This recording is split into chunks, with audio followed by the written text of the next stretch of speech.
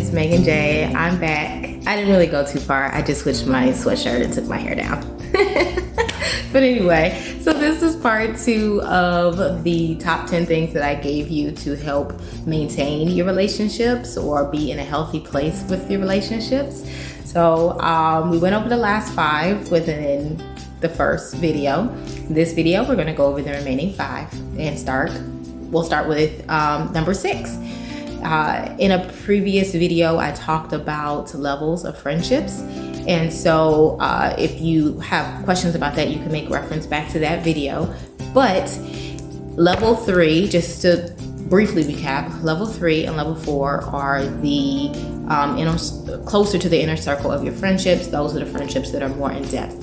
Your partner, I would say after maybe maybe closer to 6 months of dating one another or knowing one another, if you guys have known each other for 6 months, you should be around, if you really get to know one another, you should be at least at a 3 or working towards being at a 3. And if you've been together for a year or so, that person should probably be closer to a 4, if not a 3 sliding into a 4. If you are still at a 1 or a 2, then you may need to look in if there's trust or what's going on in that relationship that's causing you to not let that person in. Because within relationships, you want to be vulnerable, you want to be open, because that's all part of communication. So if you find that that's not happening or you guys are stuck, you may need to look at what's going on individually or as a unit so that you can let that person in and become closer.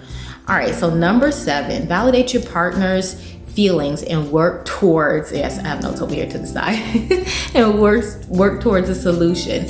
So when different things come up like arguments, or you find that you're arguing with your partner, validate their feelings. Don't tell them you shouldn't feel this way, you shouldn't feel that way. Even if that wasn't your intention, validate their feelings and work towards a solution. So even if that's not what you intended, see why they felt that way and see where you can come up with a solution versus being defensive or defending yourself. Because in that situation, you're just gonna go in circles and you're not gonna get too far with that. All right, the next one, listen to be understood. Listen to understand, not be understood. So this kind of goes back with the last one a little bit. A lot of times when it comes to arguments, you can become very defensive because there's offense. You feel like you had to protect yourself. There's something that's been exposed. You have to protect yourself in some capacity. So when it happens, you become defensive. And when you become defensive, you're not listening to the person. All you're trying to do is explain yourself to that person. And when that happens, you don't make much headway at all. So kind of going back to the last one, looking for solutions and listening to understand what the person is saying versus trying to defend yourself, because you will not come closer together. And that is the goal, is to work through it, not to stay in the same place. All right, moving on to the next one. Be open to feedback. I feel like the last half of everything kind of goes together. If in any relationship, if this is a number 3 or 4 person in your life, you should be open to any feedback or criticism that they may give you about things pertaining to yourself. Nobody is perfect.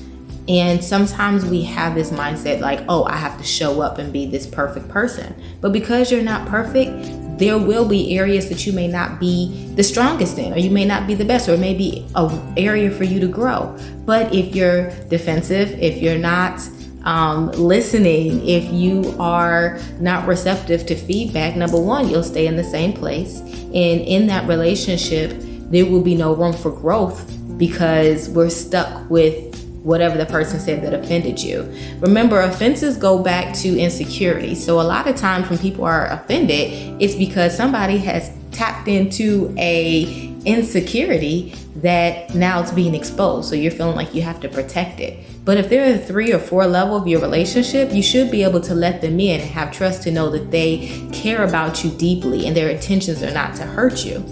So just something to think about. All right, and the last thing, don't lose who you are. the beauty about relationships, they include two unique individuals coming together to make one big unit. So that means if you lose who you are, then the relationship is kind of off. That person is supposed to like you for who you are and what you bring to the table. So if you don't know who you are, or if you don't have a solid foundation, going back to number one, if you don't have that solid foundation, then you can get lost in the shuffle as you're moving through, as you become a spouse, as you become a mom, as you become these different things.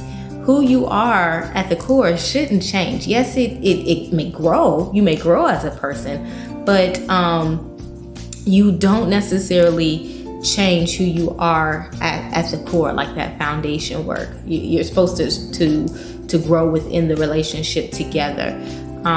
So know who you are, know how you show up in this world, and don't allow the relationship to change you or alter you in a way that you don't even recognize your own self. Those are signs that the relationship is not necessarily healthy. So hopefully those tools, all 10 of those tools, will be helpful for you as you navigate your relationships, and I pray that you will have healthy relationships moving forward.